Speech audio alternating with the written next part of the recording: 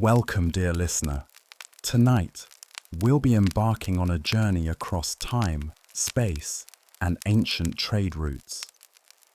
This is the story of the Silk Road, an intricate network of paths that links civilizations, cultures, and empires from the Far East to the Mediterranean.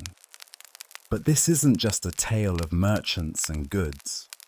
The Silk Road carried ideas, religions, art, disease, and innovation across continents, shaping the world as we know it today. Before we begin, I'd love to know where in the world you're listening from. Drop a comment below and tell us what time it is where you are. And if you find peace in these stories, please consider subscribing. It helps this channel grow and brings more historical journeys right to your ears. The origins of the Silk Road are older than most people imagine. Though the term Silk Road was coined in the 19th century by the German geographer Ferdinand von Richthofen, the trade networks it describes began forming well over 2,000 years ago. Our journey starts in ancient China during the Han Dynasty around the 2nd century BCE. At the time, China was an empire of innovation and grandeur.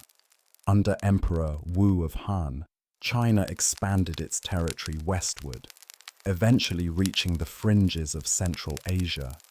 This expansion wasn't merely military, it was driven by a desire for horses. The Chinese needed strong, fast horses for cavalry units, and the best of these came from the Fergana Valley in modern-day Uzbekistan. Thus began a series of missions and contacts that would open up corridors to the west. These early trade missions were more than just exchanges of goods. They were moments of revelation. When the Chinese encountered Central Asian nomads and their cultures, they brought back stories, artifacts, and foreign objects that fascinated the court in Chang'an, the Han capital. Slowly, the Chinese realized that beyond the deserts and mountains lay entire civilizations ripe for contact. But it wasn't just horses the Chinese desired. They began to understand that their silk, which they had long treasured and perfected, was immensely valuable abroad. Made from the delicate threads of silkworms feeding on mulberry leaves, silk was not only beautiful and durable, it was exotic and practically unavailable elsewhere. As the Han Empire stabilized and prospered, caravans laden with bolts of silk began to make their way westward. Meanwhile, in the west, empires were rising and falling. The Parthian Empire, centered in what is now Iran, controlled much of the territory between China and the Roman world. The Parthians were the middlemen of the Silk Road, expertly managing trade routes, protecting caravans, and reaping enormous profits by exchanging Eastern goods with the Romans. The Roman Empire, for its part, was captivated by silk. Roman historians like Pliny the Elder criticized the extravagance and transparency of silk garments, but demand for them only grew. Roman coins and glassware began making their way east, while silk wound its way into Roman fashion, palace decoration, and even the funeral rites of the elite. The Silk Road was not a single path, but a complex web of overland and maritime routes. Overland, caravans trudged through deserts like the Taklamakan and Gobi, passed through the formidable Pamir Mountains, and snaked along the Iranian plateau. Along these routes, cities and oasis towns like Samarkand, Bukhara, Dunhuang, and Kashgar flourished. They served as rest stops, marketplaces, and cultural melting pots where travelers from far-flung corners of the world met, bartered, and shared stories. But danger was constant. Sandstorms, bandits, political instability, and harsh climates made each journey perilous. To protect themselves, merchants traveled in large caravans with guards and guides. Despite the risks, the profits were immense. Not only were luxuries traded, so too were common necessities like spices, salt, tea, and wool. Yet, the Silk Road was not solely a marketplace for material goods. It was a highway for ideas. Alongside silk, traders carried philosophies, scientific discoveries, musical instruments, and religious texts. Buddhism, which originated in India, spread across Central Asia and into China thanks to the Silk Road. Monks traveled alongside traders, building monasteries and translating sacred texts into Chinese. These monasteries became way stations for weary travelers and helped spread the Dharma from India to Japan.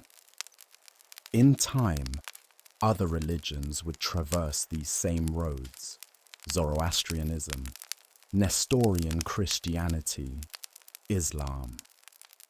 Religious pluralism became a hallmark of many Silk Road cities, where temples, mosques, and shrines stood side by side. In places like Balkh, Merv, and Herat, one could find Greek manuscripts, Indian sculptures, and Chinese porcelain, all coexisting. But ideas weren't the only unseen cargo on the Silk Road. Disease, too, traveled this route. The Black Death, which devastated Europe in the 14th century, is believed to have originated in Central Asia and spread westward along the trade networks. Carried by fleas on rats aboard merchant caravans and ships, the plague highlighted the dark side of global interconnectedness. Despite these tragedies, the Silk Road endured. Its golden age spanned from the 1st century BCE to the 14th century CE. During this time, powerful empires like the Tang and Yuan in China, and the Abbasids, and later the Seljuks in the Islamic world, maintained and protected trade routes. Travelers like Marco Polo and Ibn Battuta chronicled their journeys, opening the imaginations of millions back home. As we move deeper into this tale, we'll explore the specific cities, cultures, and characters who brought the Silk Road to life. The camel herders, the merchant princes, the monks, and the bandits. Each had a part to play in this vast human enterprise. The ancient city of Chang'an, modern-day Xi'an, was the eastern terminus of the Silk Road and one of the most magnificent capitals in Chinese history. As the beating heart of the Han and later Tang dynasties, Chang'an was a hub of commerce, religion, diplomacy, and culture. Merchants and emissaries from all across Asia poured into its gates, filling the city's markets with goods from faraway lands. Within Chang'an's city walls, bustling markets operated day and night. There were streets dedicated to specific trades, one for spices, another for ceramics, another for foreign textiles. The air was heavy with incense and the voices of traders haggling over coral from the Indian Ocean, frankincense from Arabia, lapis lazuli from Afghanistan, and, of course, the coveted silk produced in the southern regions of China. From Chang'an, caravans would depart westward, often stopping first at Dunhuang, a critical oasis town at the edge of the Gobi Desert. Dunhuang was more than a resupply point. It was a spiritual and cultural center. The Mogao Caves, a vast complex of Buddhist grottos carved into cliffs, were filled with murals, sculptures, and manuscripts. Pilgrims, monks, and artists flocked there to pay homage and to leave behind their own cultural marks. Continuing west, caravans would brave the Taklamakan Desert, whose name means you can go in, but you'll never come out. This was one of the most dangerous stretches of the Silk Road. Routes split around the desert, one path to the north and another to the south, skirting the deadly sands. These trails reconnected near Kashgar, a fabled city at the western edge of modern-day China. Kashgar stood at the crossroads of East and West, where Persian, Turkic, Arab, Chinese, and Indian influences mingled freely. It was here that goods from India and the Middle East met Chinese exports. The city's bazaar became legendary, with traders speaking dozens of languages and trading everything from camels and slaves to books and spices. Caravans arriving from Samarkand and Bukhara would rest here before making the treacherous journey over the Pamirs. The Pamir Mountains were the next formidable barrier, high, cold, and rugged. Traders and travelers risked altitude sickness, snowstorms, and avalanches. Yet the passes offered unparalleled beauty and access to Central Asia, opening into the lush Fergana Valley and eventually the great cities of the Persian world. Samarkand, one of the most storied cities along the Silk Road, rose to prominence during the Sogdian and later Timurid periods. Located in present-day Uzbekistan, it dazzled visitors with its domed mosques, blue-tiled madrasas, and majestic palaces. The Sogdians, Iranian-speaking merchants and intermediaries, were among the most crucial figures in Silk Road trade. They acted as translators, negotiators, and financiers, with trading posts stretching from China to Byzantium. Their writings, many preserved in ancient letters discovered in China, reveal a world of interconnectedness. References to wives and families left behind in one city while business was conducted in another. Tales of hardship and fortune, and expressions of religious devotion to Zoroastrianism, Buddhism, and Manichaeism. The Sogdians helped bridge not only cultures, but entire worldviews. West of Samarkand lay Bukhara, another jewel of the Islamic world. It became a renowned center of learning and theology under the Samanid dynasty, home to libraries, astronomers, and philosophers. While trade remained its lifeblood, Bukhara's contributions to science and religion would echo far beyond its walls. As caravans continued their westward march, they passed through the Iranian plateau. Cities like Nishapur, Rai, and Isfahan provided vital rest points.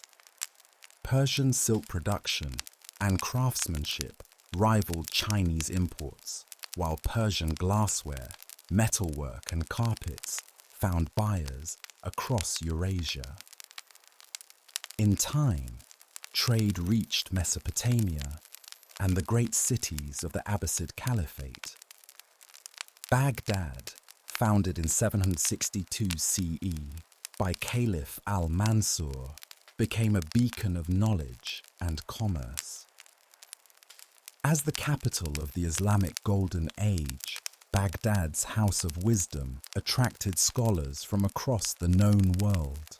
Greek philosophy, Indian mathematics, and Chinese astronomy were studied, translated, and expanded upon. Knowledge flowed along the same routes as silk and spices, enriching every culture it touched.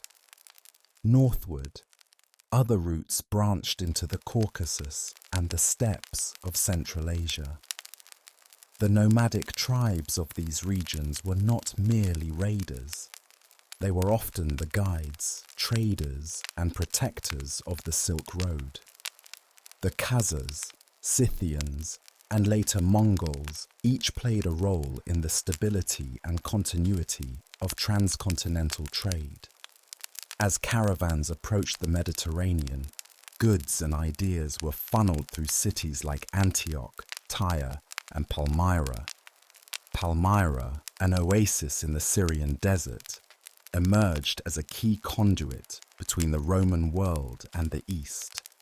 Its queen, Zenobia, famously challenged Roman authority and sought to carve out her own empire before being captured and brought to Rome. Her city's rise and fall are a testament to the precarious balance of wealth, ambition, and empire that defined the Silk Road. Meanwhile, in Rome and later Constantinople, the hunger for Eastern luxuries never waned. By the time the Eastern Roman Empire, or Byzantium, came into its own, silk was not only coveted, but also manufactured locally, thanks to one of the Silk Road's most fascinating episodes. In the 6th century, 2 Nestorian monks smuggled silkworm eggs out of China, hidden in bamboo canes. This act of industrial espionage allowed Byzantium to establish its own silk industry, ending China's monopoly, but not the road's relevance. From east to west, the Silk Road reshaped every region it touched. It influenced art, architecture, politics, and religion. It created millionaires and beggars, inspired conquest and cooperation. And it was never static. It evolved constantly, adapting to the rise and fall of empires, the movement of peoples, and the changing tides of culture. Silk was produced primarily in China. Sericulture involved carefully breeding silkworms that fed exclusively on mulberry leaves. Farmers harvested the cocoons and soaked them in hot water to unwind the fibers. Artisans wove these delicate threads into luxurious fabrics. Patterns included dragons, clouds, floral motifs, and geometric designs. Only the elite wore silk. It was used in robes, banners, wall hangings, and religious rituals. Spices moved in the opposite direction. India exported pepper, cardamom, cinnamon, and turmeric. Arabia contributed frankincense and myrrh. Traders valued spices for preservation, medicine, and religious offerings. Spices were light, fragrant, and extremely valuable by weight. European nobles paid fortunes for them. Paper spread from China to the Islamic world. Chinese craftsmen invented paper in the Han Dynasty using mulberry bark and hemp. Paper reached Samarkand in the 8th century. Muslims improved the process using linen and flax. Baghdad became a center of paper production. Libraries flourished. Scientific treatises, poetry, and religious texts circulated more easily. Gunpowder followed a similar path. Invented in China for fireworks and military use. Recipes spread slowly across Central Asia. Muslim engineers adopted it for warfare. By the 13th century, gunpowder reached Europe. Cannons, firearms, and rockets transformed battlefields. Music travelled along the same routes. Instruments such as the lute, pipa, oud, and rabab moved between regions. Rhythms and melodies blended. Persian, Indian, and Chinese music influenced each other. Performance techniques, musical theory, and notation systems evolved. Art styles mixed. Greco-Buddhist sculptures emerged in Gandhara. Hellenistic realism combined with Indian spiritual themes. Murals in Central Asia showed Chinese figures in Persian clothes. Islamic calligraphy appeared on Chinese ceramics. Artistic syncretism flourished. Astronomy advanced. The Chinese studied celestial phenomena, recorded comets, and developed star charts. Islamic astronomers translated and expanded upon these works. Observatories were built in cities like Maraga and Samarkand.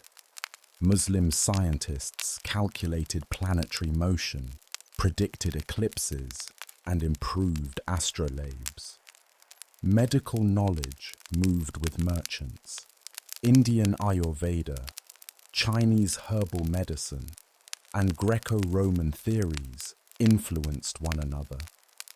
Physicians compiled texts in Arabic and Persian. Hospitals opened in major trade centers.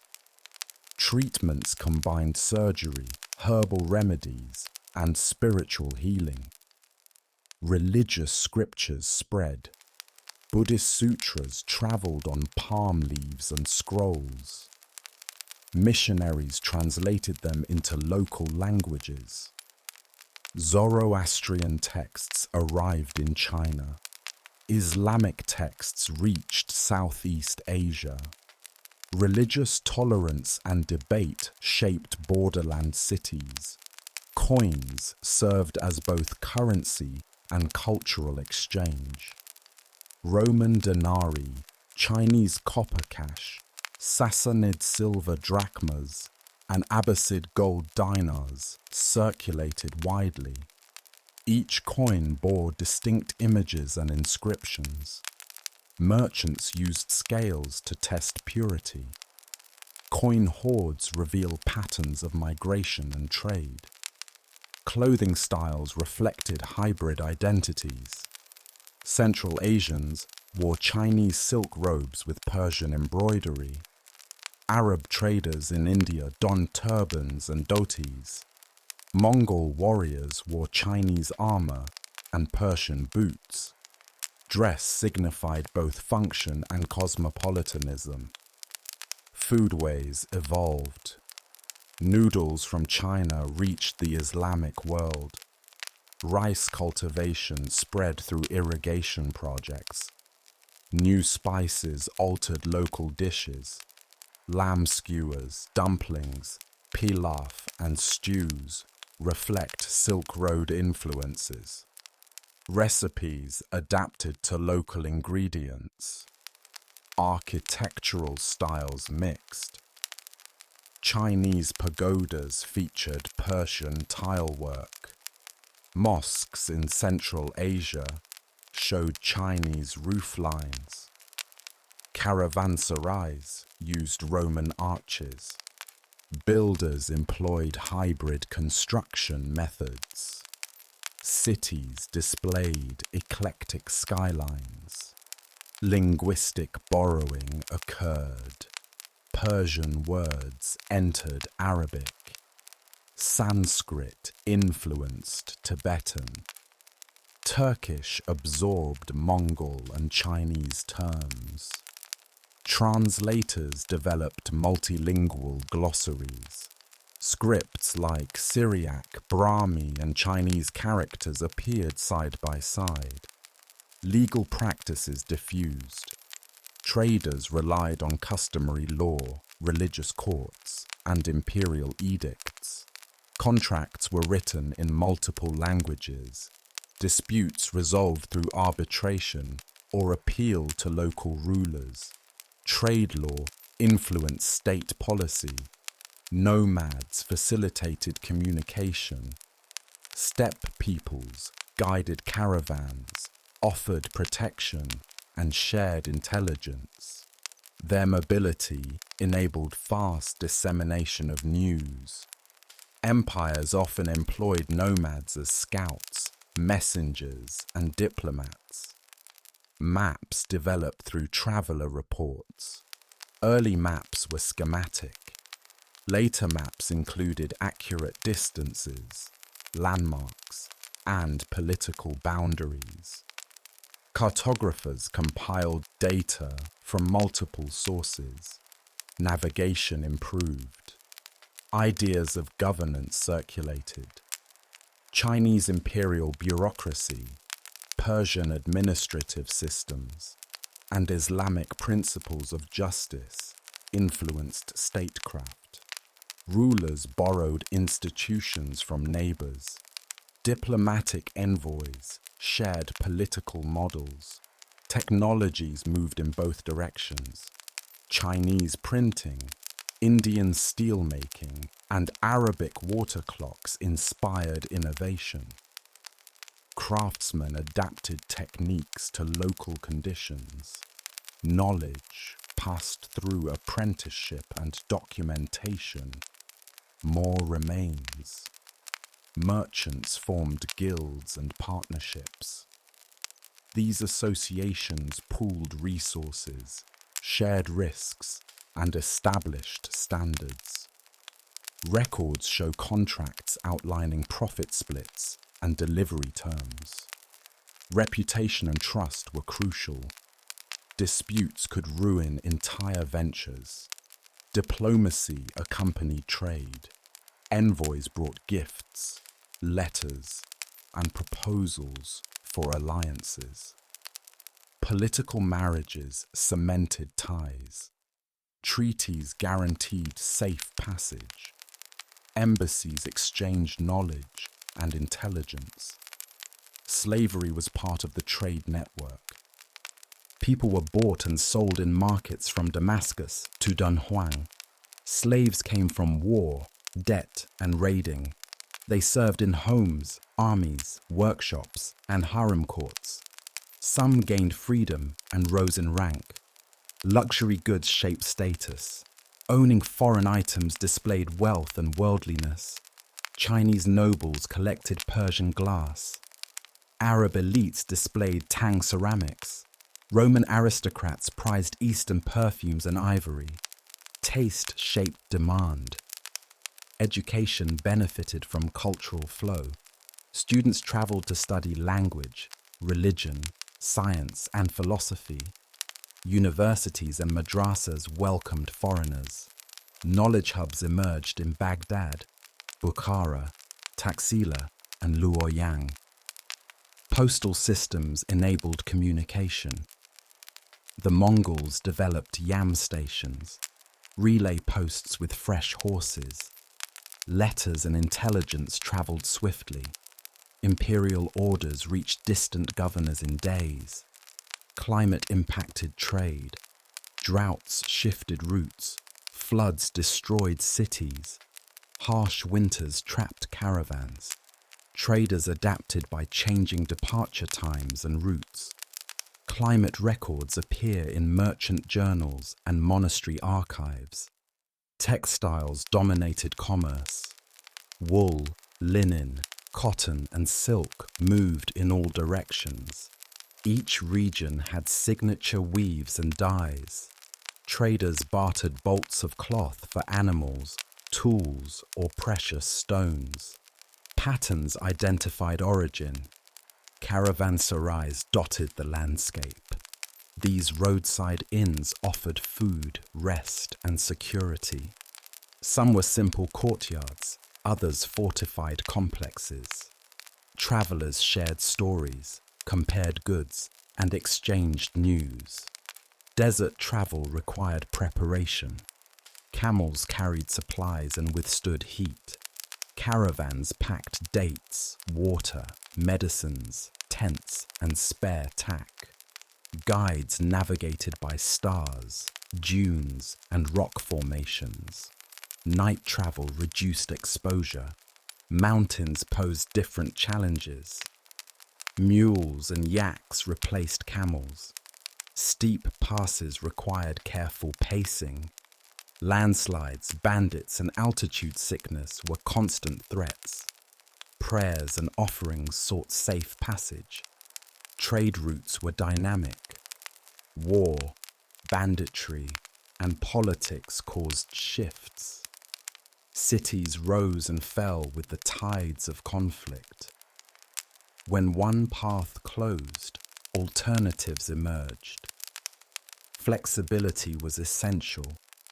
Artisans innovated to meet demand. Potters copied Chinese glazes. Metalworkers in Damascus forged swords with Indian steel. Artisans added foreign motifs to appeal to travelers. Fusion defined craft.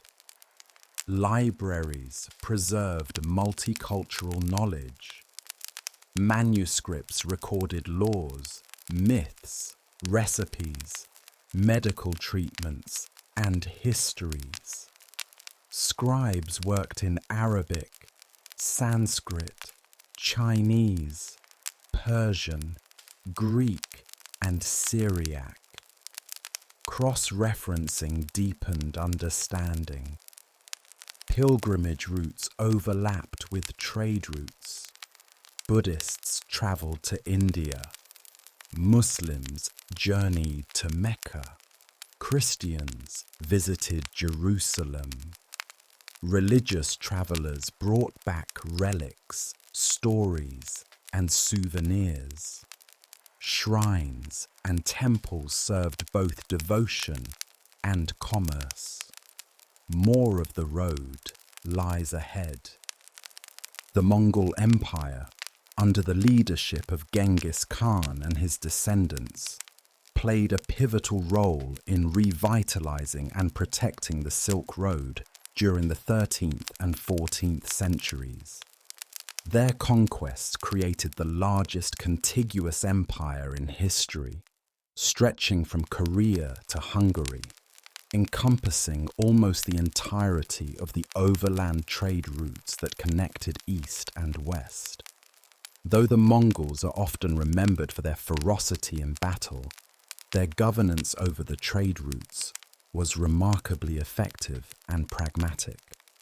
They imposed strict security, harsh penalties for theft, and a unified administrative system that facilitated the smooth movement of goods, people, and information. The Mongols issued passports known as paisi, metal tablets granting merchants safe passage and provisions throughout the empire. With the Pax Mongolica in full effect, the roadways bustled with renewed energy. Caravans grew larger and more ambitious, with merchants moving silk, porcelain, spices, gems, furs, and medicinal herbs. The Mongols also encouraged the exchange of scholars, craftsmen, and envoys, all of whom contributed to an unparalleled level of intercultural communication and cooperation across Eurasia. Cities flourished under Mongol rule, especially those that lay at strategic points along the Silk Road. Karakoram, though remote, became a cosmopolitan center filled with artisans and emissaries from all parts of the empire. In Central Asia, Samarkand and Bukhara regained their luster as hubs of commerce, science, and theology. The Mongols invested in infrastructure, building bridges, roads, and caravanserais to keep the arteries of trade open and functional.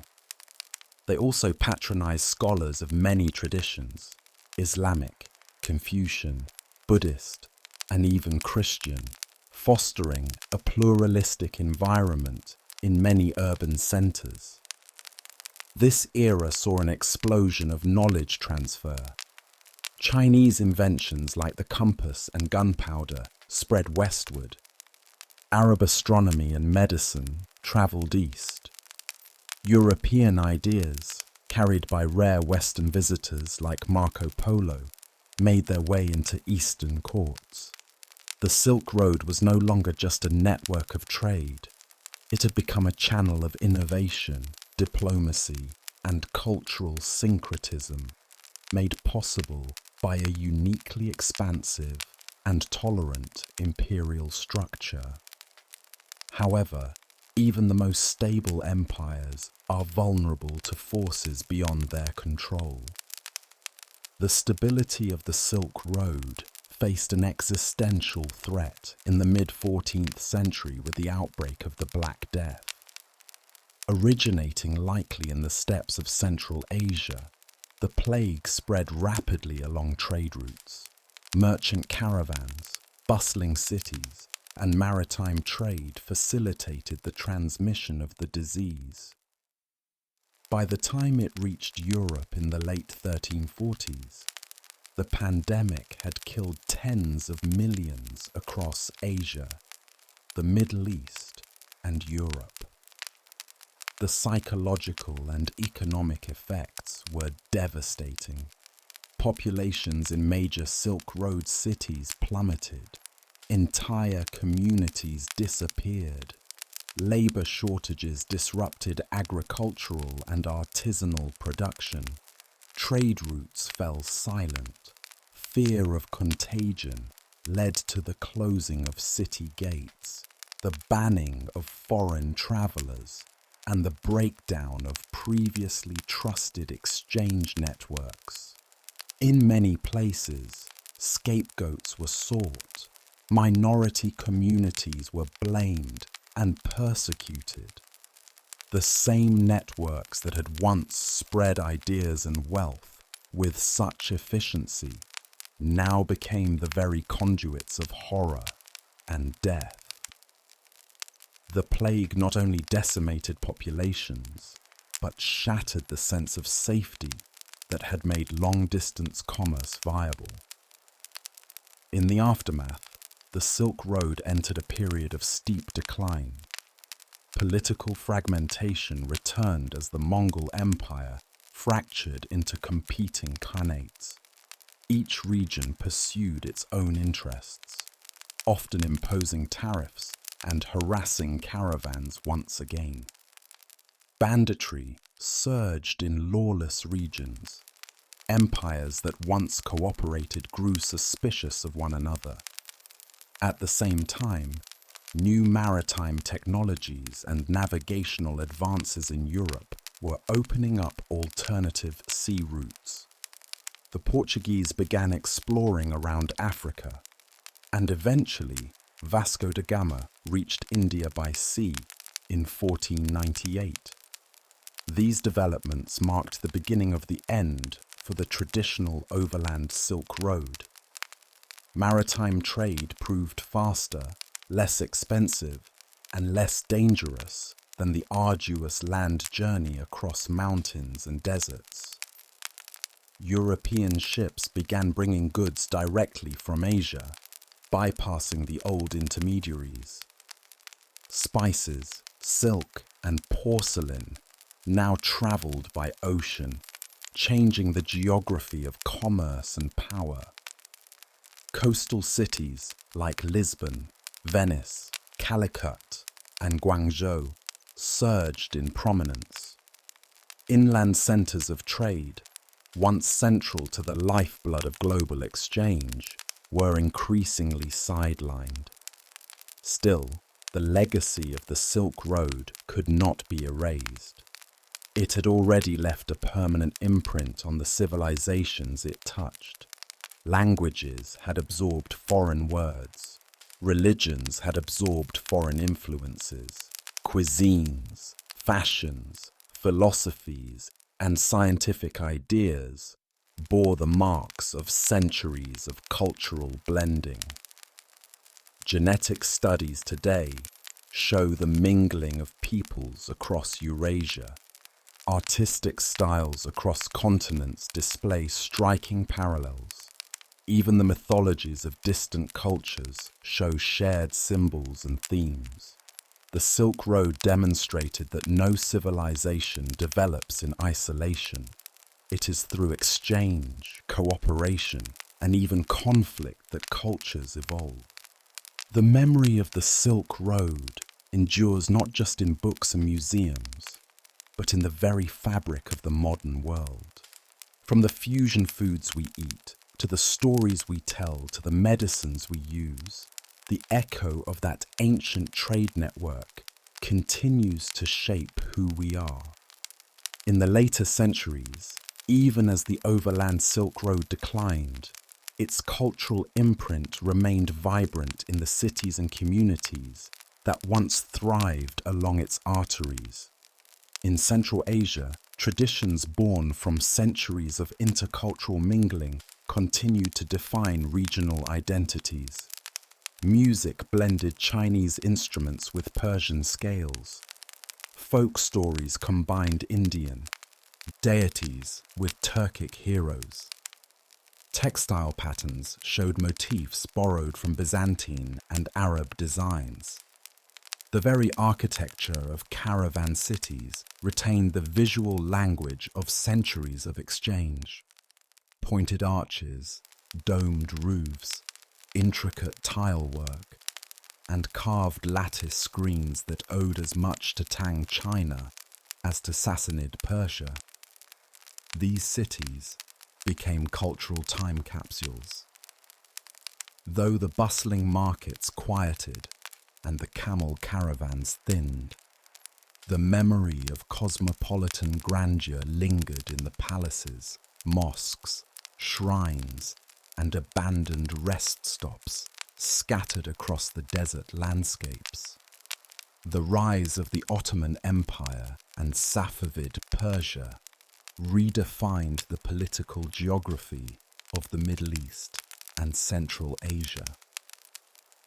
Though these empires engaged in trade, they did so with increasing control and centralization, taxing and managing commerce in ways that stifled the freewheeling dynamism of earlier centuries.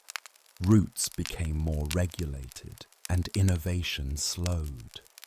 At the same time, China under the Ming dynasty began to turn inward, scaling back foreign expeditions and emphasizing self-sufficiency. This retreat from internationalism was symbolized by the cessation of the voyages of Zheng He, whose massive fleets had once sailed the Indian Ocean, carrying Chinese goods and diplomacy to Africa and Arabia. The political mood in both East and West had shifted from open exchange to guarded sovereignty. Trade did not stop, but it was now mediated by imperial bureaucracies and bounded by maritime boundaries.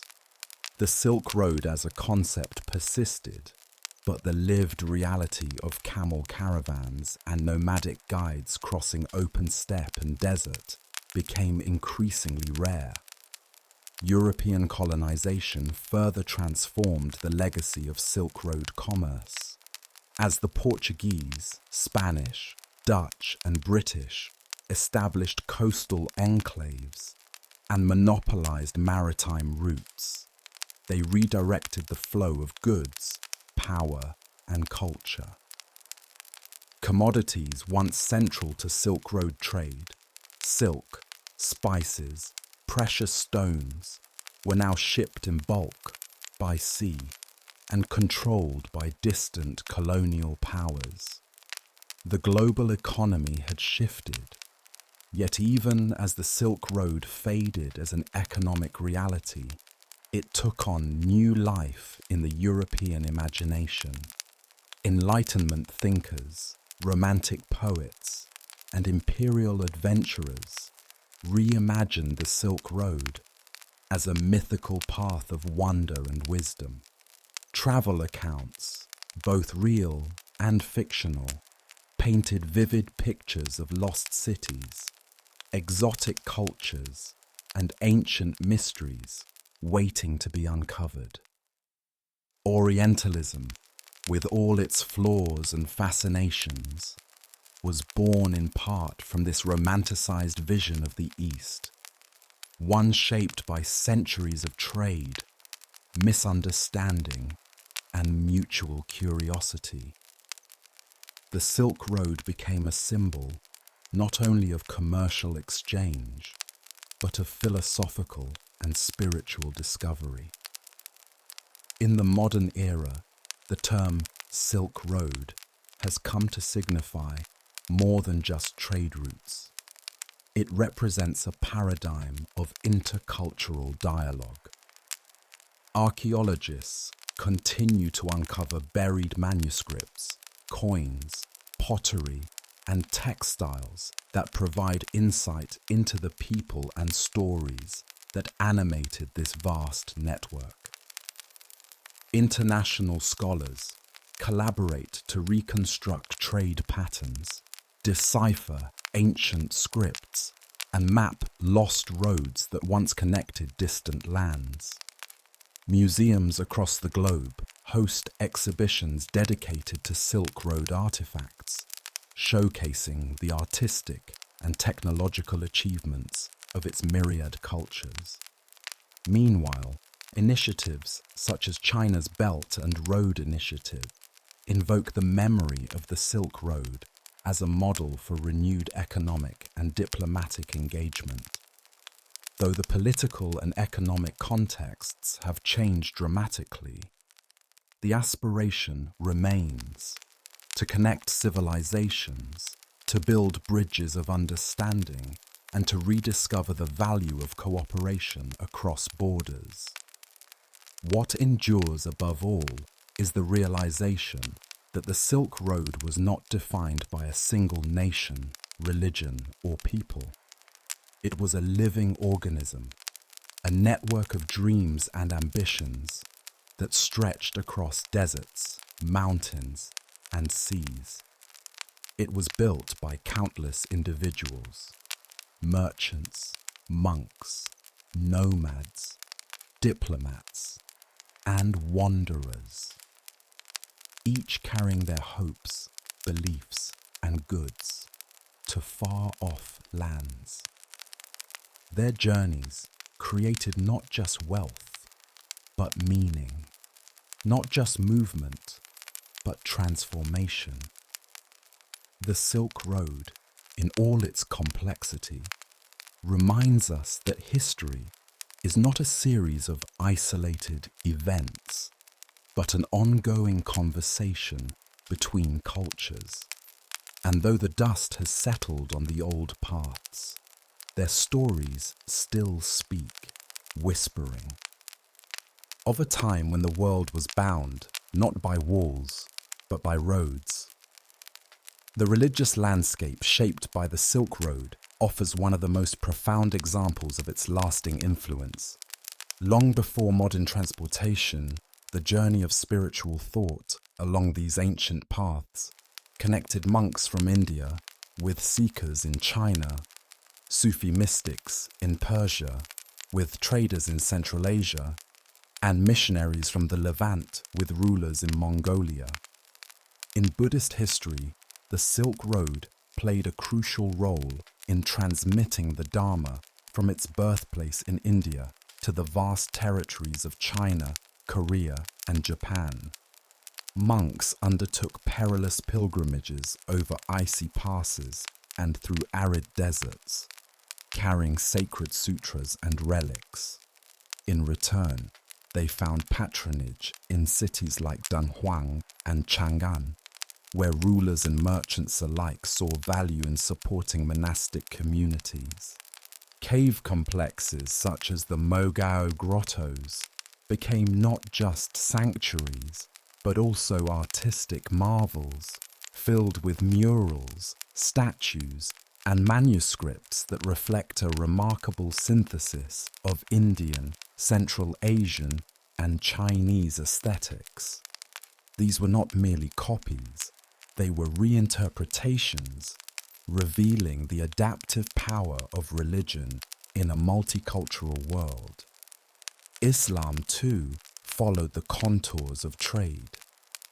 As Muslim merchants ventured eastward, they brought with them not just goods, but theology, law, and architecture.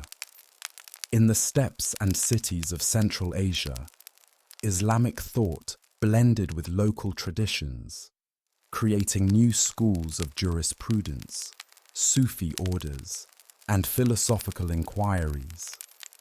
Bukhara and Samarkand became renowned centers of Islamic scholarship, producing poets, scientists, and theologians whose influence would stretch far beyond their own regions.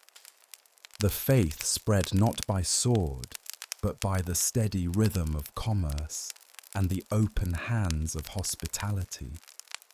Mosques were built in cities once dominated by Buddhist monasteries. Madrasas stood beside caravansaries. The call to prayer echoed across landscapes that once heard the chanting of sutras and the ringing of temple bells. The peaceful coexistence of faiths, however imperfect and often strained, was a reality on the Silk Road, a complex mosaic of belief systems that managed, in many instances, to learn from one another rather than erase each other. Christianity found a surprising foothold as well.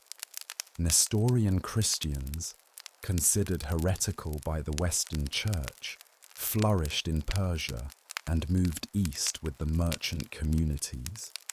Crosses and altars have been unearthed as far east as Xi'an, and stelae inscribed in Syriac and Chinese testify to the presence of Christian congregations integrated into Chinese society. These were not anomalies, but part of the wider trend of cultural accommodation. Zoroastrianism, Manichaeism, Judaism, and even forms of shamanism persisted and interacted across the vast canvas of Eurasia. Religious tolerance, while never universal, was often pragmatic and supported by political leaders who understood the importance of maintaining peace along trade routes. Diversity was not just inevitable, it was economically advantageous. Art likewise flourished as a result of religious and cultural interaction. Sculptors, painters, and architects drew upon a diverse pool of symbols, myths, and techniques. The serene face of a Buddha in a cave temple might bear Hellenistic facial features, Persian robes, and Chinese-style halos. Islamic geometric patterns found their way into Buddhist temple floors. Hindu deities appeared in frescoes painted by Chinese artisans.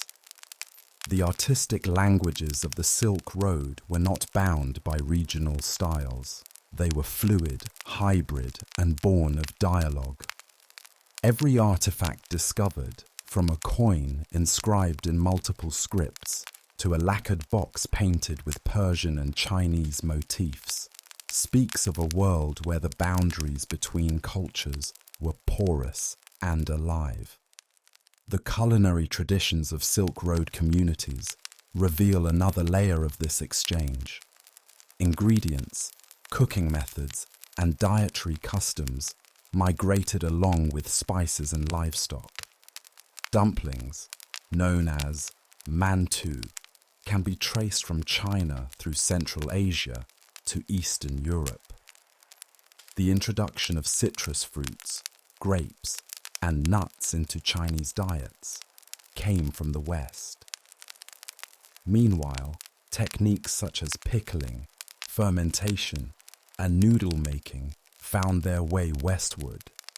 Shared meals were common in trade stops and rest houses, where travelers might taste dishes from 3 continents in a single sitting. Food became not just sustenance, but a shared language among strangers. The lived experience of ordinary people on the Silk Road has often been overshadowed by the grandeur of empires and the exploits of famous travelers.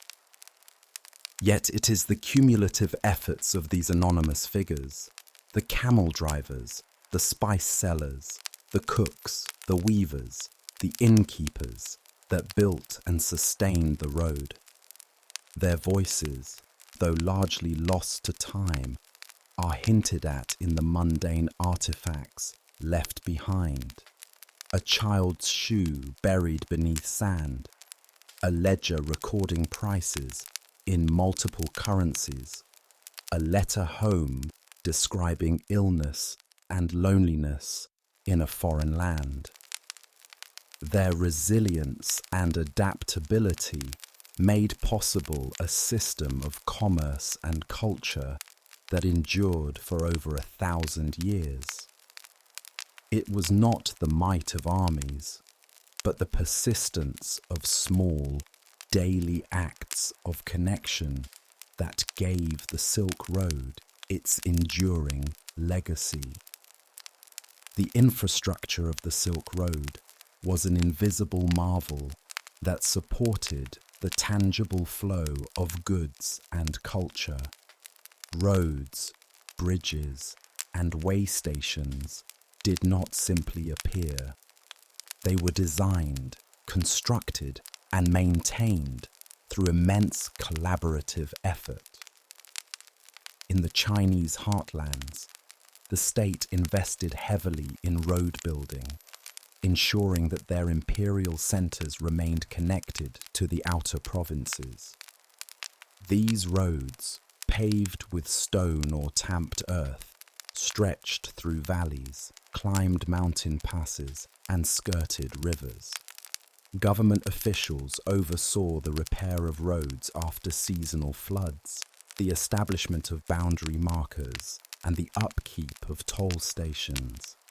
In regions where the state could not reach, local rulers, merchant guilds, or religious institutions took on the burden.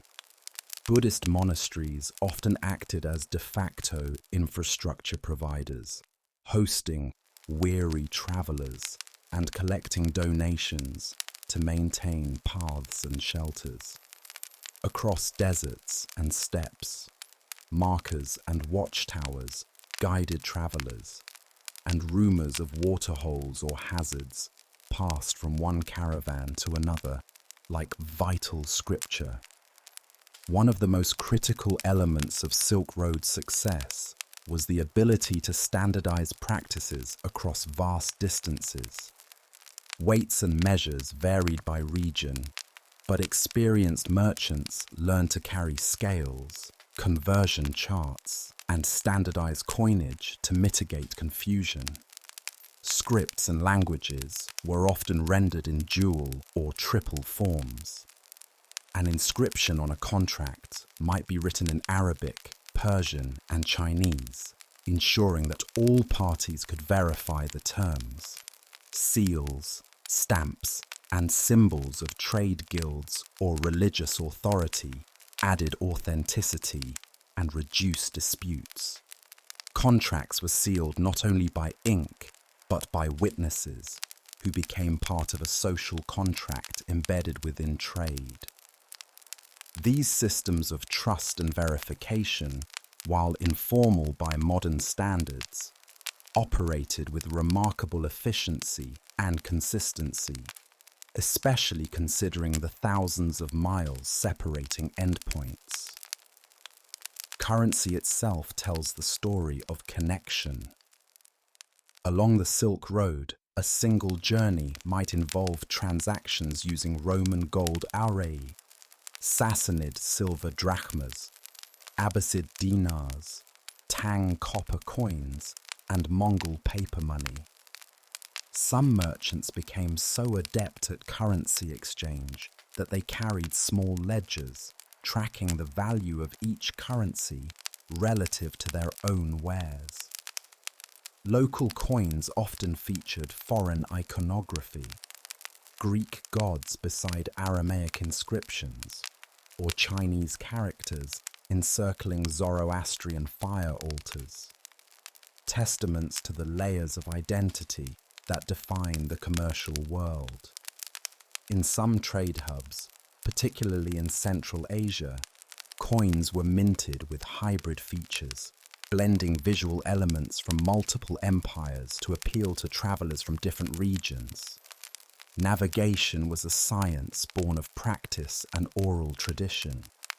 The stars were both compass and calendar. Traders learned to chart their journeys using constellations, seasonal winds, and the rhythms of the natural world. Experienced guides, known as caravan masters, were prized not only for their knowledge of terrain, but for their diplomacy and leadership. They negotiated with tribal leaders for safe passage, resolved conflicts among caravan members, and ensured fair treatment at market destinations. Their reputations were earned through decades of successful journeys. Many caravan masters became legendary, their names spoken with reverence among those who dared to venture into the world's great unknowns. Silk Road cities were more than commercial centers. They were laboratories of human interaction. In the marketplaces, languages collided. A seller from Samarkand might barter with a Chinese buyer using Persian as a bridge language, while a translator mediated in Uyghur. Schools and libraries reflected this diversity, teaching multiple languages and literary traditions. Medical texts written in Sanskrit were translated into Arabic. Chinese almanacs were annotated with Persian commentary. Diplomats lodged in foreign courts learned to dress, eat, and speak like their hosts, while bringing with them scrolls, maps, and samples of their homeland's culture. These exchanges were not always peaceful, but they were persistent and deeply transformative. Every shared word, gesture, and idea added to the tapestry of mutual comprehension that defined the Silk Road experience. Clothing evolved as a visible manifestation of cultural blending. A nobleman in Bukhara might wear a Chinese-style robe with Persian embroidery and a Byzantine clasp. Soldiers in Mongol garrisons donned layered armor designed with Chinese silk padding beneath and leather lamella plates in the Turkic style. The Silk Road was not only a channel for wealth, but also for aesthetics. Styles once foreign became fashionable. Innovations were replicated, modified, and reinterpreted. Tailors, dyers, and weavers experimented boldly, creating fabrics that told stories through color, texture, and pattern. Attire became a form of silent diplomacy, signaling openness to outside ideas and participation in a wider world. The evolution of timekeeping and calendars also owes much to Silk Road exchanges. Chinese water clocks, and Indian astronomical calculations merged with Islamic advancements in algebra and geometry to produce more accurate calendars. These timekeeping systems were essential not only for agriculture and governance, but for scheduling trade fairs, religious festivals, and diplomatic events. Merchants planned routes around lunar cycles and harvest periods. Rulers declared auspicious days for treaty signings. Travelers synced their movements with seasonal rhythms, guided not by clocks, but by the cumulative knowledge of countless civilizations. Beneath the grandeur and movement of goods lay a quieter current, storytelling, oral traditions passed down myths, legends, and histories that often reflected the interconnected nature of the world. Folk tales born in one culture appeared in altered forms thousands of miles away. The fable of the clever merchant, the story of the wandering sage, the tale of the loyal animal, all found new voices in different tongues. These stories were not mere entertainment. They encoded moral lessons, warnings, and aspirations. Minstrels, poets, and performers became bearers of these narratives, spreading empathy and wisdom through metaphor and melody. In the silence of night camps, around firelight and flickering oil lamps, the Silk Road spoke through song and story, reminding travelers that while their paths were separate, their experiences were shared. The physical remnants of the Silk Road still lie scattered across deserts, mountains, and valleys, silent witnesses to 1,000 years of movement. Ruined caravanserais with crumbling arches and overgrown courtyards hint at the bustling trade posts they once were. Ancient stelae, with inscriptions in dead languages, stand worn by wind and sand, markers of forgotten treaties and triumphs. Buried beneath centuries of soil, coins from distant empires occasionally glint in the sun when unearthed by modern archaeologists. The walls of deserted cities such as Nia and Merv, once vibrant with life, now bear only the faintest impressions of human touch. Scratches where traders posted notices, faded murals where artisans painted scenes of exotic animals and mythical figures brought by travelers from lands beyond the horizon. These sites serve not only as historical artifacts, but as emotional monuments, preserving the ambitions and fears of people who dared to leave behind everything familiar in pursuit of promise. Museums today hold fragments of that world, carefully preserved and displayed under glass. A Kashmiri manuscript annotated in both Sanskrit and Arabic, evidence of scholastic synergy. A glazed Tang dynasty bowl painted with motifs from Persian mythology, frozen in a moment of aesthetic collision. Prayer beads worn smooth by years of fingering, perhaps once. Clutched by a monk crossing the Karakoram Pass.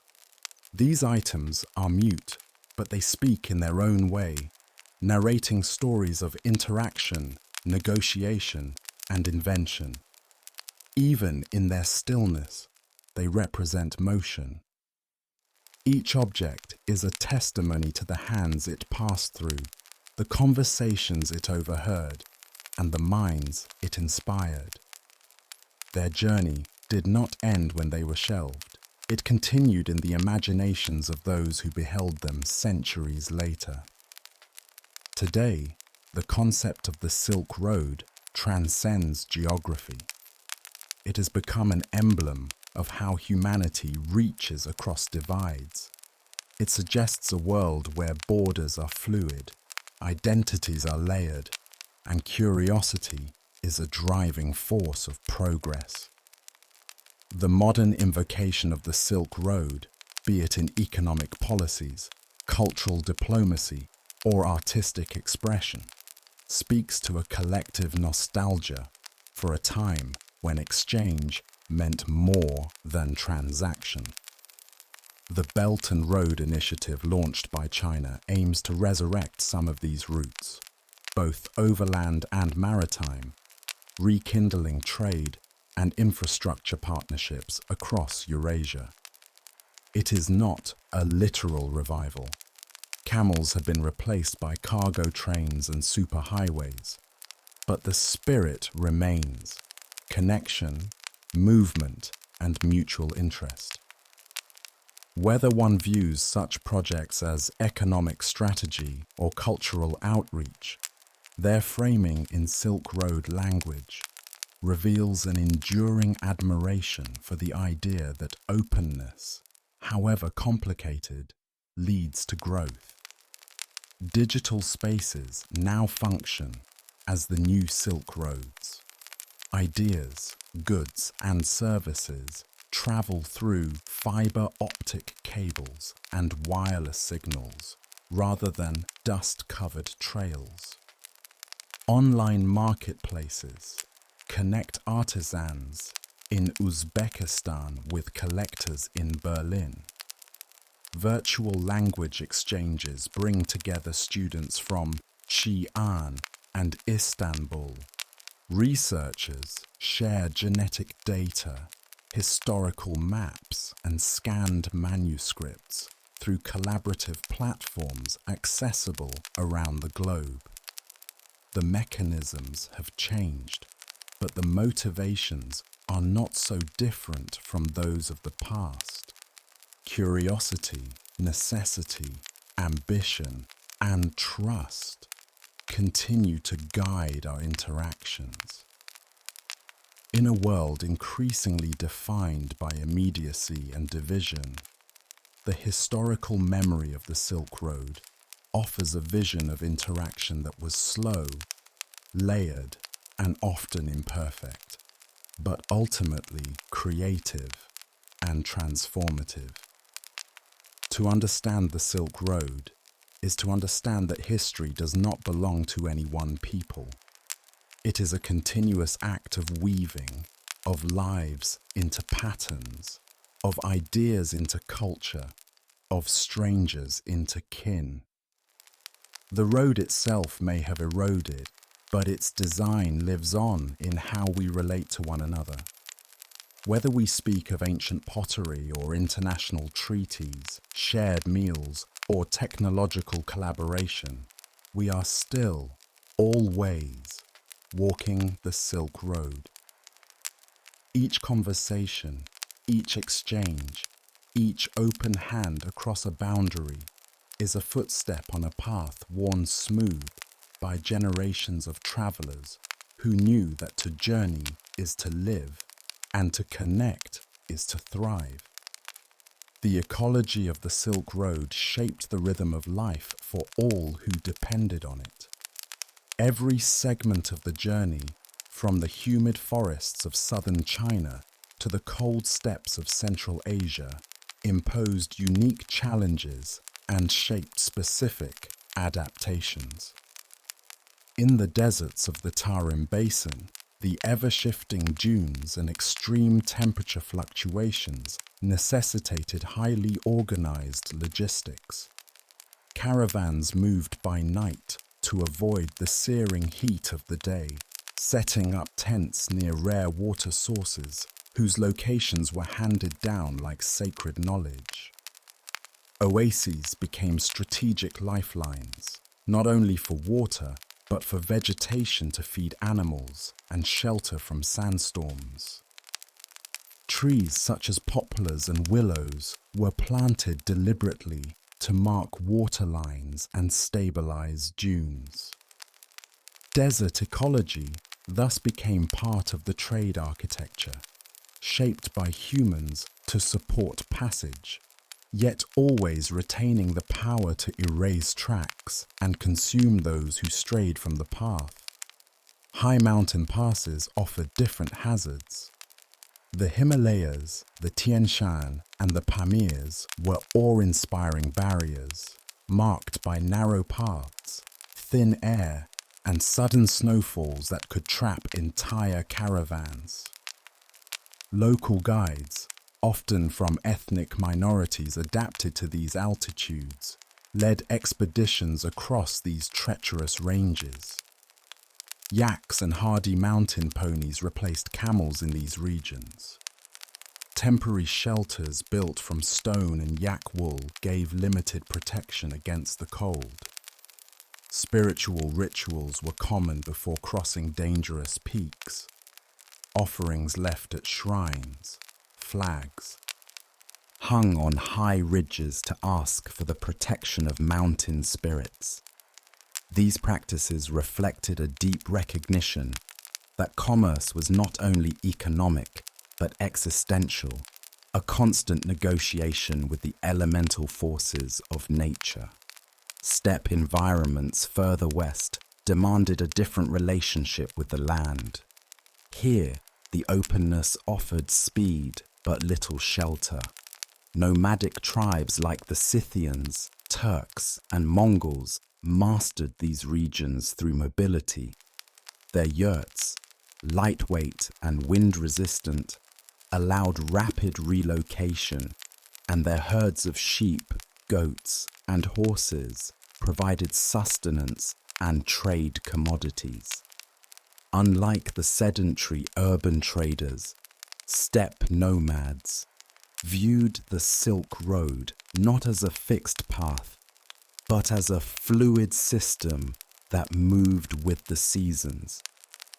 They could appear as raiders or protectors, depending on their interests and the strength of neighboring powers. Many steppe leaders became indispensable to the continuity of trade, offering safe passage in exchange for tolls, gifts, or alliances. They also introduced their own goods: fine felt, hardy livestock, leather work, and often served as cultural intermediaries, absorbing and relaying ideas between worlds. The Silk Road's environmental challenges were not static. Climate patterns shifted over centuries. Prolonged droughts rendered certain oasis cities uninhabitable. Rivers that once fed agriculture changed course or dried up, turning fertile plains into dust bowls. Conversely, periods of climatic stability often coincided with flourishing trade. Archaeological studies have shown that eras of prosperity in Silk Road cities often aligned with wetter, more temperate periods. Urban planners and rulers responded with irrigation canals, grain storage systems, and defensive walls. Yet no infrastructure could fully master nature. Cities that rose like jewels from the sand could be swallowed just as swiftly by shifting ecological fortunes. In the debris of such places, researchers today find evidence of abrupt abandonment. Half-finished goods, tools left on workbenches, records frozen mid-entry. These moments of disappearance capture the fragility of even the most well-organized human endeavors. Ecology also influenced the cultural identities of Silk Road societies. Desert peoples developed spiritual practices that emphasized light, purity, and asceticism. Zoroastrian fire temples, Buddhist cave hermitages, Islamic concepts of divine unity mirrored in the vastness of the landscape. Mountain cultures placed emphasis on endurance, isolation, and the sacredness of heights. Steppe nomads valued mobility, loyalty, and orality. These values shaped not only belief systems, but also political structures and social norms. Traders learned to adjust their behavior accordingly, shifting attire, language, and etiquette depending on the region. A merchant in Kashgar might follow one set of taboos and rituals, then adopt another in Samarkand, and yet another in Shiraz. Success depended not only on knowledge of goods and prices, but on fluency in local customs, awareness of spiritual sensitivities, and respect for environmental realities.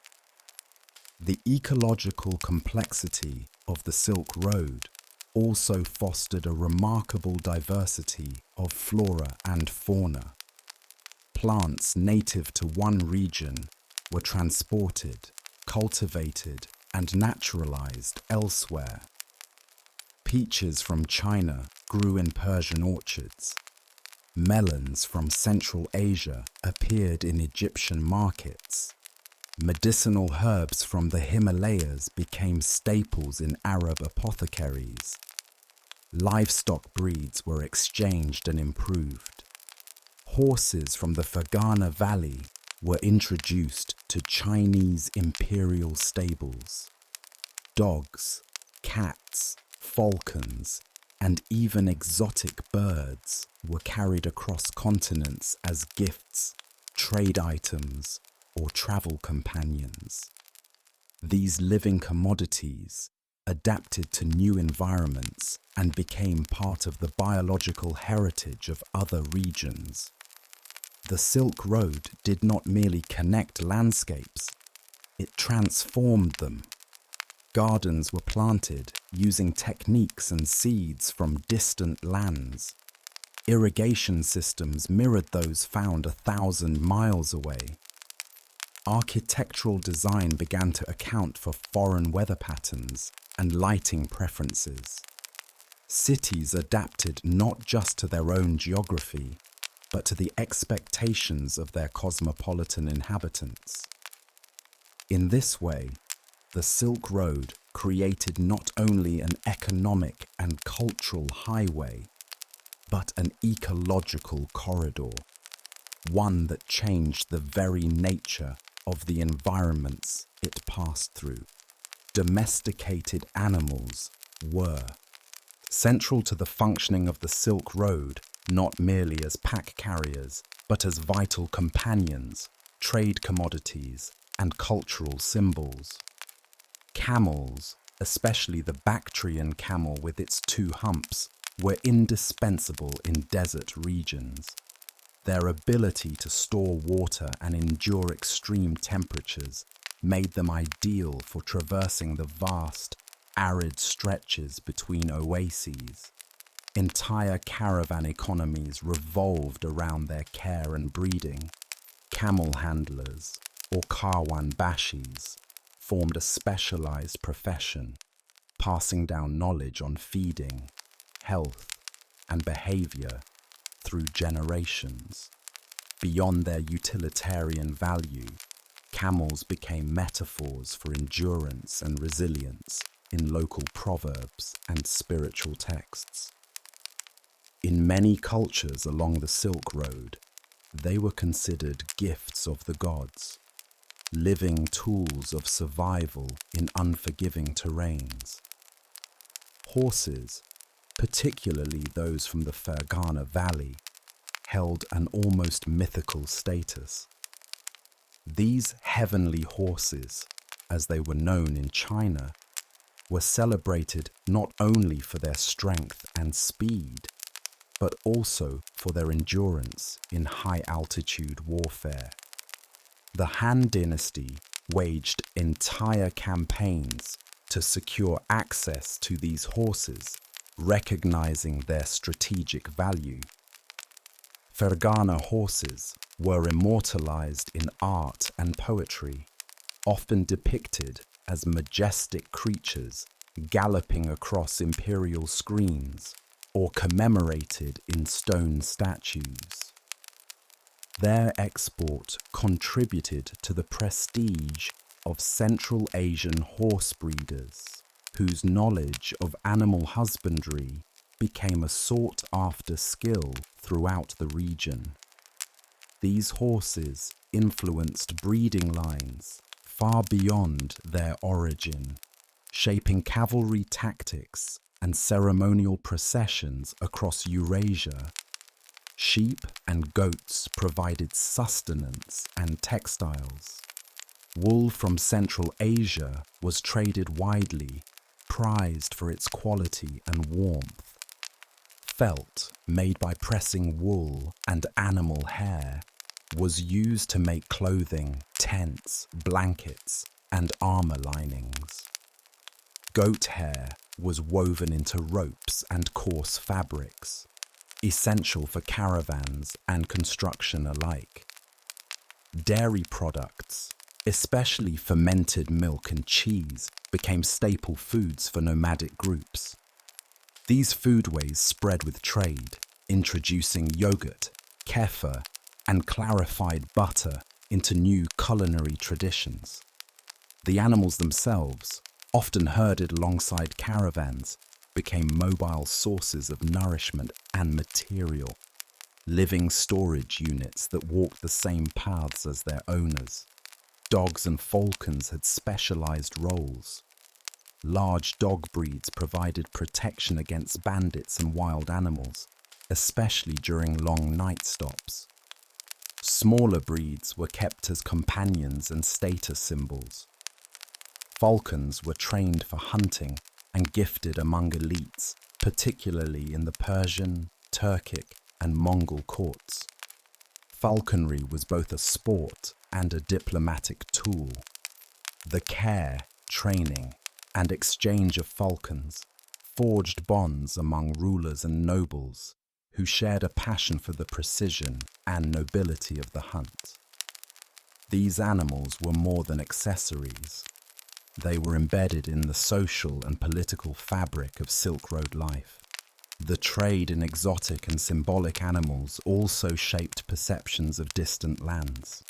Elephants from India, lions from Africa, parrots from Southeast Asia, and snow leopards from the Himalayas appeared in royal menageries and were paraded during festivals.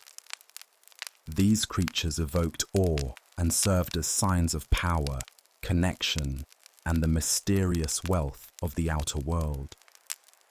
Their presence in courts and temples contributed to artistic inspiration.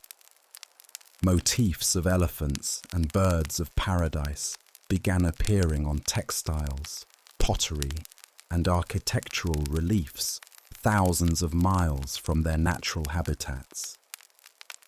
The biological imagination of Silk Road civilizations expanded with each new arrival, infusing mythology, medicine, and aesthetics with previously unknown forms. Medicinal use of animals also traveled. Bones, horns, bile, and organs were incorporated into healing traditions. Tiger bones, deer antler velvet, and bear bile were transported in powdered or preserved form and used in both Chinese and Islamic remedies. The idea of an animal's essence, its heat, strength, or agility, being transferable through consumption or alchemical preparation became widespread. These beliefs converged with local knowledge systems, leading to new therapeutic practices. Trade in medicinal animals was regulated in some regions, especially where over-harvesting threatened species or disturbed spiritual taboos.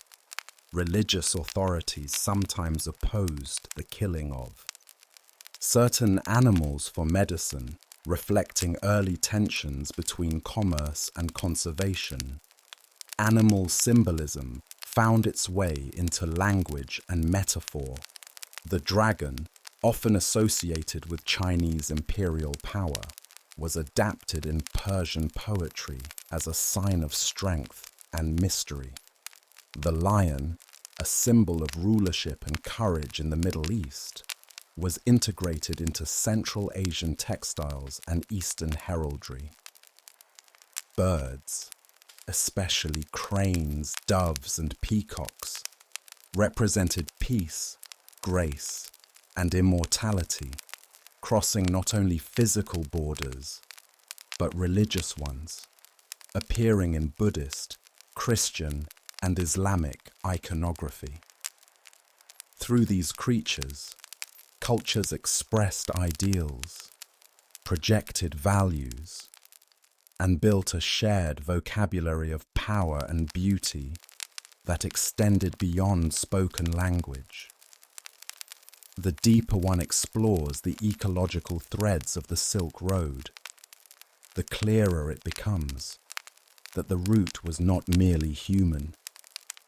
It was shaped by and dependent upon a vast web of living beings, animals who carried, fed, protected, symbolized, and inspired the people whose lives followed those ancient paths. Their hoofprints, feathers, claws, and shadows are etched into the long story of the Silk Road, not just as background elements, but as active agents in its unfolding narrative. The intellectual and philosophical currents that traveled the Silk Road enriched every society they touched, weaving together the scholarly traditions of East, Central, and Western Asia.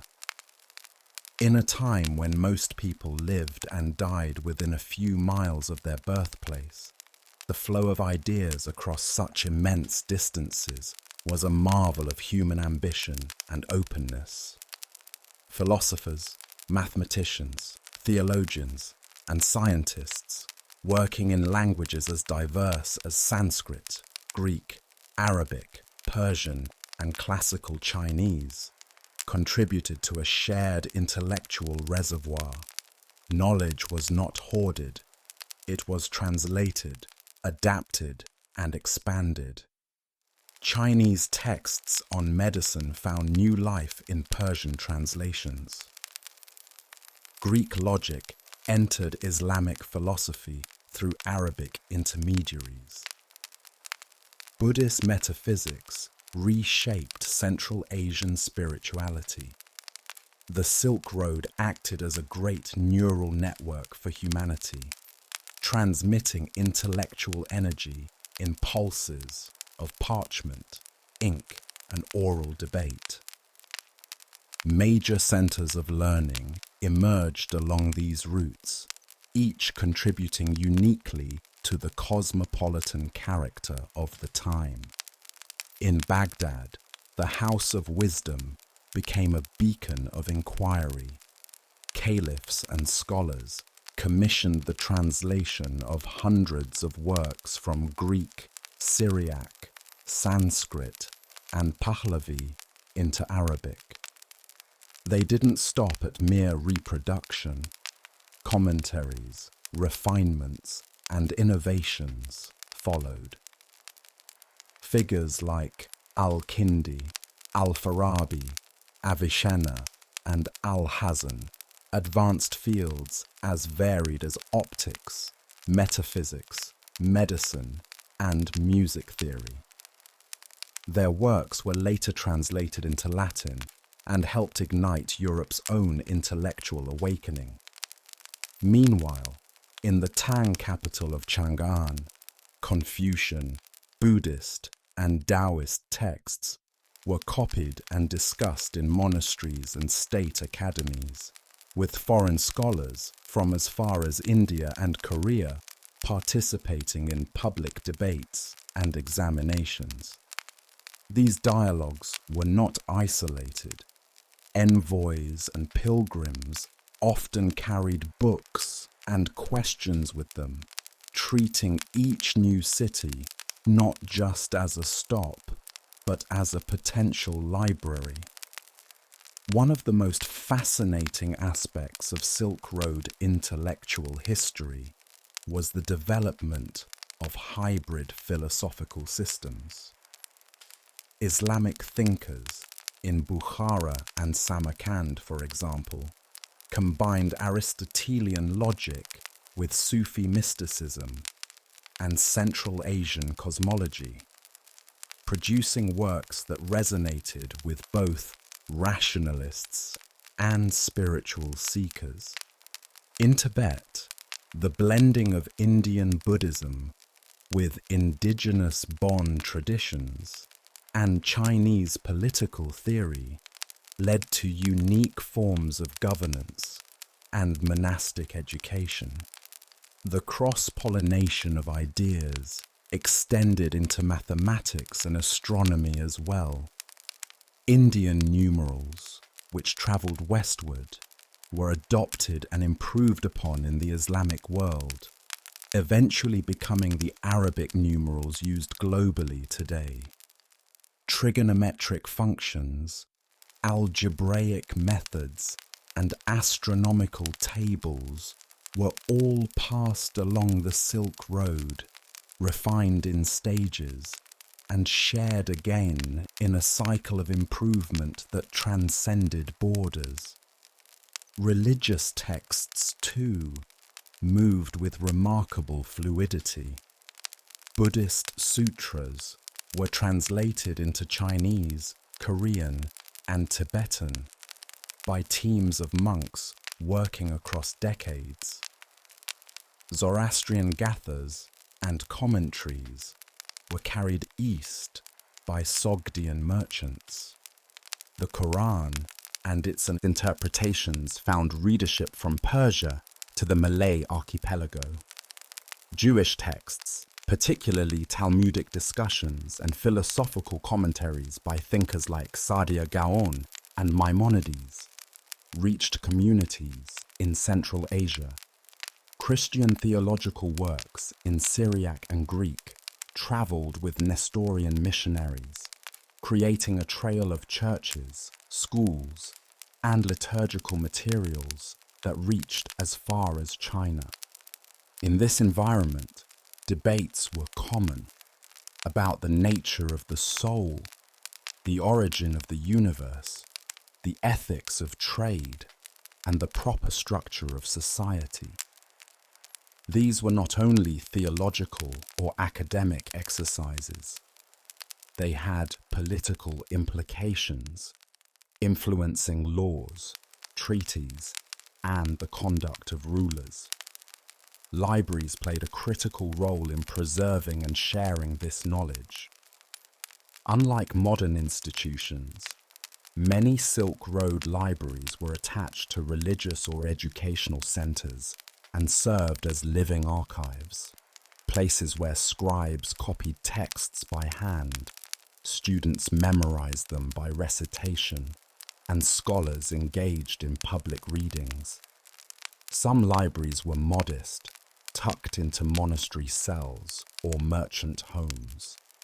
Others were grand and state-funded, such as those in Nishapur and Cairo. Manuscripts were copied on silk, birch bark, palm leaves, and later, paper. Illuminated texts with gold leaf, colourful borders, and calligraphy in multiple scripts served not only as scholarly tools, but also as expressions of reverence for knowledge. Many of these texts were portable, designed to be rolled, folded, or packed in protective cases to endure long journeys. The physical resilience of these objects mirrored the durability of the ideas they carried. The professions of translation and interpretation became prestigious.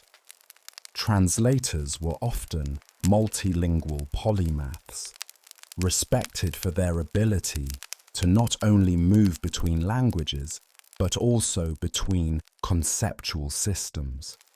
They acted as intellectual diplomats, negotiating meaning across semantic and cultural boundaries.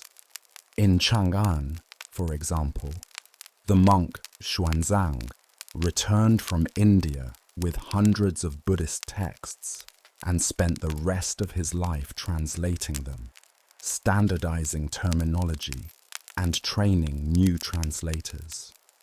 His work shaped the doctrinal foundation of East Asian Buddhism for centuries. In the Abbasid world, the philosopher Hunayn ibn Ishaq translated Greek medical texts into Arabic, sometimes comparing multiple manuscripts to ensure accuracy, and then creating glossaries that future scholars relied on. Scientific instruments also made the journey. Astrolabes, armillary spheres, quadrants, and globes were crafted, exchanged, and refined. A metal astrolabe made in Persia might find its way into an observatory in China or a school in Andalusia. These instruments symbolize the practical value of intellectual cooperation. They were used for navigation, timekeeping, architecture, and astrology, bridging the gap between science and daily life. Craftsmanship in these tools often mirrored artistic trends, with delicate engraving, inlays of precious metals, and inscriptions in poetic verse. The tools of thought were also works of art, reflecting a world where the pursuit of knowledge was a sacred act. To walk the Silk Road intellectually was to enter a world without rigid disciplines. Medicine, philosophy, astrology, theology, literature, they bled into one another. A physician might be a poet. A merchant might discuss cosmology. A prince might commission a treatise on mathematics alongside a commentary on the Quran. The boundaries between practical and theoretical, spiritual and material, local and foreign were constantly blurred. In this intellectual climate, the Silk Road became not just a route of economic exchange, but a crucible for the deepest questions of existence. What is truth? What is beauty? What is justice? These questions echoed in the streets of Kashgar, the halls of Merv, the monasteries of Dunhuang, and the libraries of Baghdad. And they still echo today, reminding us that the legacy of the Silk Road is not only in what it carried, but in what it questioned.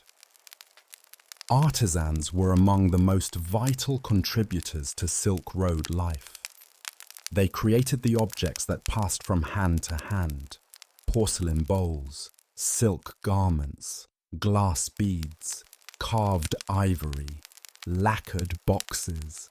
Each item held not just material value, but cultural weight. A Persian metalworker might etch Chinese lotus patterns onto a lampstand. A Chinese potter might glaze a jar in. A deep cobalt blue inspired by Middle Eastern designs. Artisans studied foreign techniques, adapted them, and created hybrids that spoke multiple aesthetic languages at once. Their workshops were centers of innovation, where color, form, and function merged across traditions. Women played complex roles throughout the Silk Road. In many regions, they managed markets, owned property, and organized caravans. Noble women commissioned art and architecture, corresponded with foreign courts, and patronized religious institutions. In nomadic cultures, women rode, fought, and governed alongside men. In settled cities, they ran textile operations and participated in education. Women were not just passive figures in the background. They were workers, diplomats, and thinkers in their own right, shaping the world in quiet but lasting ways. The Silk Road also birthed myths. tales of cities made of gold, lost caravans guarded by spirits, and mystical lands beyond the mountains inspired travelers and frightened rulers. These stories, embroidered with every telling, became part of the cultural imagination of the regions they passed through. Even when the real Silk Road declined, its myth lived on in books, oral tradition, and eventually film and literature. Though the trade has changed, the connections remain. The spirit of the Silk Road survives in our languages, diets, art, and architecture. It continues in our curiosity and our movement. We inherit a world built by countless hands, some long forgotten, whose work continues to echo in the patterns of fabric, the shape of alphabets, and the recipes passed from grandmother to child. Trade was only one layer of the Silk Road. Beneath it lay diplomacy. Rulers sent emissaries with gifts of silk, horses, manuscripts, and rare gems. These gifts were more than symbols. They were tools of negotiation. A well-chosen gift could win alliances, avert war, or open ports. Diplomatic marriages between royal families bridged distant cultures. Courts welcomed foreign delegations with grand ceremonies, feasts, and exchanges of technology, religion, and ritual. Religion often traveled alongside diplomacy. Sacred relics were offered to solidify treaties. Temples and mosques were built with foreign artisans. Rulers converted not only for faith, but for connection. Embracing a belief system could align them with powerful partners or legitimize rule over diverse populations. These shifts were deeply political and shaped the spiritual maps of entire regions. Cartography advanced as empires expanded. Maps were redrawn with each journey, mixing accurate geography with legend. Some included fantastical creatures and mythical lands, while others carefully documented river systems, trade routes, and cities. These maps became tools of governance, faith, and ambition, reflections of how people saw the world and their place within it. The Silk Road was not always peaceful. It witnessed conquest, betrayal, and collapse. But in its most enduring moments, it was a place of trust, where strangers bartered not just goods, but worldviews, where languages blended, faiths coexisted, and knowledge was considered a treasure to be shared. Its legacy reminds us that dialogue can cross any distance, and that roads built on understanding last longer than those made only of stone. The Silk Road finally faded, not from failure, but from transformation. Maritime routes became dominant, cities shifted, and the age of global empires began. But the essence of the Silk Road, the crossing of borders, the meeting of strangers, the sharing of ideas, never vanished. It simply moved into ports and libraries, into universities and urban markets, into the digital world we navigate today. We carry the Silk Road within us, in the foods we prepare, the stories we tell, the clothes we wear, and the medicines we trust. In every alphabet, there are traces of travelers who wrote across cultures. In every melody, a note borrowed from another land. The Silk Road was not a single route, but a living system of interconnection. It taught the world that difference is not division, but a source of richness. Its memory reminds us to remain open, to discovery, to dialogue, to change. To know that wherever people reach out in curiosity and respect, a road begins. That road winds across deserts, over mountains, and through time, still inviting us to journey forward, not in conquest, but in connection.